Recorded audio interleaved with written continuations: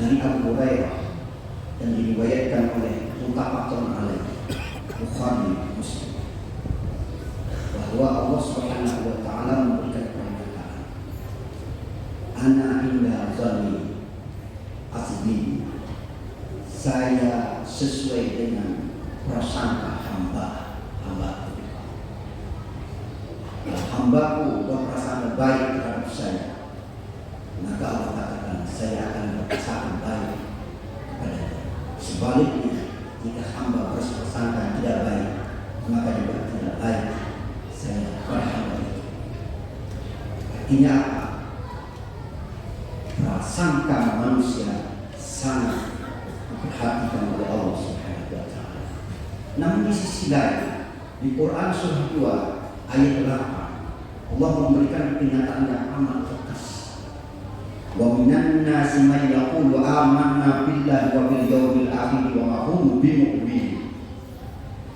Di antara manusia ada yang mengatakan bahwa dia beriman kepada Allah dan hari akhir, padahal sebenarnya mereka itu tidak beriman.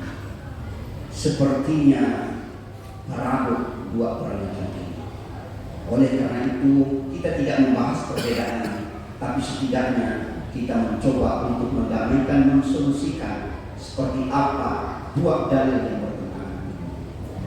Dalam hal ini Ali bin Abi Thalib radhiyallahu anhu, seorang sahabat yang amat cerdas dan pintar, yang merupakan gudang ilmu Rasulullah Muhammad SAW, akan tertuang hampir seluruhnya kepada Ali bin Abi Thalib sebagai menantu. Ali pernah memberikan nasihat di antara sekian wasiat dan nasihat Ali bin Abi Thalib. Apa kata Ali? Tentu merespon dari pernyataan tadi. Hendaklah kamu khawatir, kamu mati, dosamu belum ada jalannya diampuni oleh Allah. Ini katakan, hendaklah hai para sahabat, kamu khawatir, kamu mati, belum ada jaminan dosamu diampuni oleh Allah Subhanahu wa taala. Siapa pernah kita komunikasi langsung dengan Allah lalu kita katakan bahwa Allah sudah mengampuni? Itu adalah prasangka kita. Tapi juga bisa Allah menggunakan ayat. Mereka itu mengatakan dia beriman padahal dia tidak beriman. Artinya dua hal ini yang menjadi perhatian kita. Jadi dosa kita kehadiran Allah Subhanahu wa taala, kita tidak tahu apa sudah diampuni oleh kita atau oleh Allah atau belum. Oleh karena itu disyaratkan oleh para ulama bagaimana caranya dalam menyikapi ketidaktahuan kita ini dalam konteks hal maksiat, hal dosa. Maka yang pertama yang harus kita lakukan mencontohi Rasulullah Muhammad SAW. Kita lihat Rasulullah di dalam hadis riwayat Bukhari, dia beristighfar minta ampun kepada Allah dalam 24 jam sehari semalam, tidak kurang daripada 70 kali. Di dalam hadis riwayat Muslim 100 kali. Apa benang merahnya? Ternyata Rasulullah terlepas berdosa atau tidak di hari itu, dia selalu memohon ampun kepada Allah Subhanahu wa taala. Solusi pertama. Solusi kedua, ketika kita melakukan kesalahan dan dosa, maka kita segera minta ampun kepada Allah Subhanahu wa taala. Ini termuat di dalam Quran surat 3 Ali Imran ayat 133. Wasari'u ila maghfiratin min rabbikum wa jannatin 'arduha as-samawati wal ardu u'iddat lil muttaqin. Bersegeralah kamu mengampun kepada Allah, dan surga seluas bumi dan langit dipersiapkan untuk orang-orang yang bertakwa. Ketika kita melakukan kesalahan, segera kita mengampun, beristighfar kepada Allah Subhanahu wa taala. Bahkan orang yang berbuat salah bisa saja lebih dulu masuk surga daripada orang yang tidak berbuat salah. Kenapa? Itu adalah ridho dari Allah. Orang yang segera memohon ampun kepada Allah, preman yang segera memohon ampun kepada Allah, para penjaga yang segera memohon ampun kepada Allah, para macam-macam maksiat yang dilakukan saat di permukaan bumi ini segera memohon ampun kepada Allah. Allah akan memberikan janji surga seluas bumi dan langit untuk orang yang bertakwa. Siapa bertakwa kaitan ini? yaitu orang yang segera mengampun ketika ia melakukan kesalahan. Kaum muslimin sedang berkata rahimahumullah. Kemudian yang ketiga ada jihad, ada perjuangan yang dahsyat untuk meninggalkan maksiat. Walaupun sebetulnya mungkin kita tidak bisa meninggalkannya, tapi ada jihad, ada perjuangan, ada roh, ada semangat, ada spirit kita untuk meninggalkan dosa yang pernah kita lakukan itu. Spirit itulah yang Allah lihat dari kita. Kaum muslimin sedang mendengarkan Allah.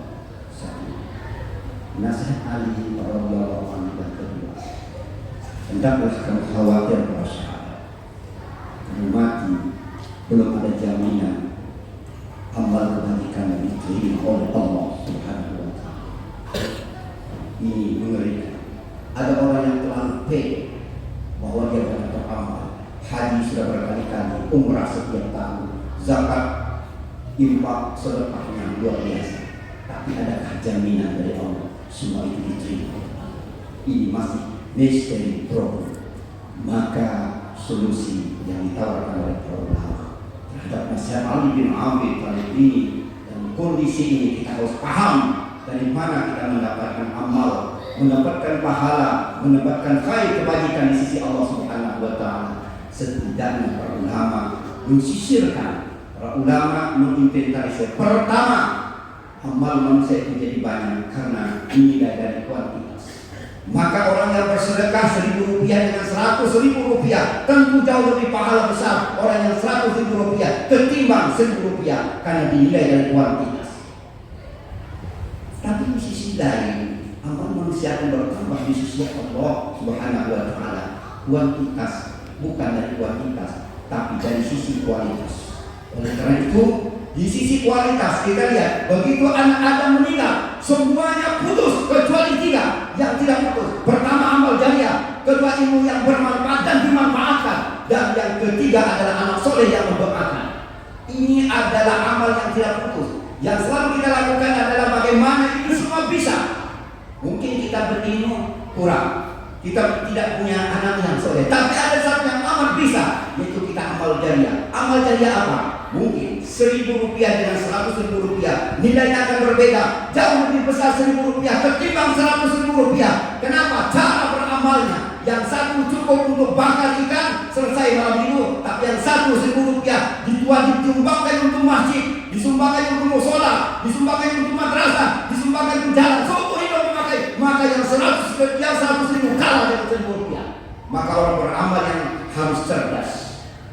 Allah memberikan pintu bagaimana bisa cerdas kita beramal, yaitu amal jariah yang tidak habis sekali pakai. Bayangkan yang membangun masjid ini berapa pahalanya, yang menyumbang tiang masjid ini akan roboh kalau tidak ada tiang.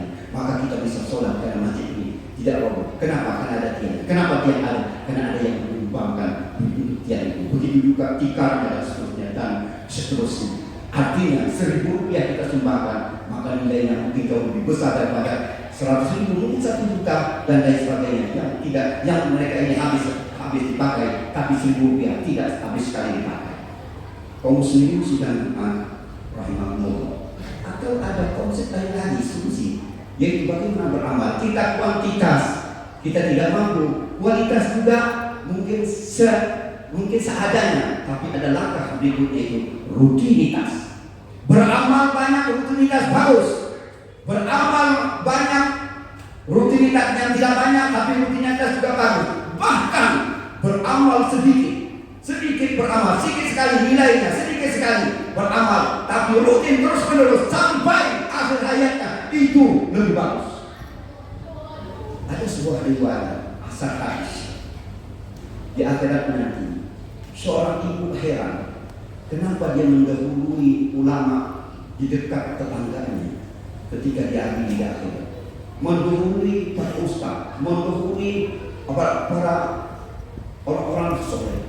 Kok dia mendahului masuk surga? Keheranan ibu, ada apa ini? Lalu dijelaskan oleh malaikat Jibril, wahai ibu, kamu di dunia tidak sadar bahwa sejak kamu mengenal, sejak kamu balik sampai kamu meninggal, amalmu, setiap orang datang ke rumah pantang tidak disuguhkan dengan apapun yang ada di rumah itu. Mau makan, mau minum, walaupun hanya air tawar, walaupun hanya segelas, tapi tetap orang akan dikasih. Mereka tidak akan pulang hampa, bersedekah jalan terus sampai akhir. Walaupun sedikit, tetapi ternyata mampu mengalahkan kuantitas kualitas. Namun ketiga hal ini yang harus kita antisipasi dan hati-hati. Baik kuantitas, baik kualitas, baik rutinitas, dia sangat bergantung. Ada rohnya yang terakhir amal kita adalah diterima atau tidak di sisi Allah Subhanahu wa Ta'ala. Tingkat keikhlasan. Siapa orang yang ikhlas beramal, baik secara kuantitas, kualitas, rutinitas, itulah yang selamat di sisi Allah Subhanahu wa Ta'ala. Al-amalu kulluhum khalqan ila muflis. Celaka orang yang beramal yang tidak ikhlas. Maka kita banyak harus ikhlas, tidak banyak harus ikhlas, sedikit pun ikhlas, bahkan bisa mengalahkan yang banyak kalau sedikit dia ikhlas, sementara yang banyak tidak ikhlas. Yang tentu yang paling baik adalah banyak dan ikhlas. Inilah yang harus kita lakukan. Perjuangan jihad kita, beramal banyak, kuantitas, kualitas, rutinitas, tapi juga jangan lupa ikhlas. Kaum muslimin sidang Jumat rahimahullah. Dapat saya simpulkan khutbah singkat ini. Dua pernyataan yang paradoks seperti ini, tapi sesungguhnya Allah sesuai dengan prasangka hamba, tapi prasangka hambanya yang baik. Jika Allah Subhanahu wa Ta'ala melihat orang yang beriman kepada Allah lisannya, tapi sebenarnya dalam perbuatan dan hatinya dia kubur kepada Allah Subhanahu wa Ta'ala. Oleh karena itu kita tidak tahu kita ini beriman atau tidak. Kita ini orang bersyukur atau orang yang sebaliknya. Maka Ali bin Abi Thalib memberikan nasihat kepada kita, jangan terlalu pede dan berhutang. Jangan menemukan sebenarnya amal. Maka sudah banyak berbuat baik lalu terlalu pede. Tapi haruslah sisakan kekhawatiran kita. Apakah sudah diampuni dosa-dosa saya?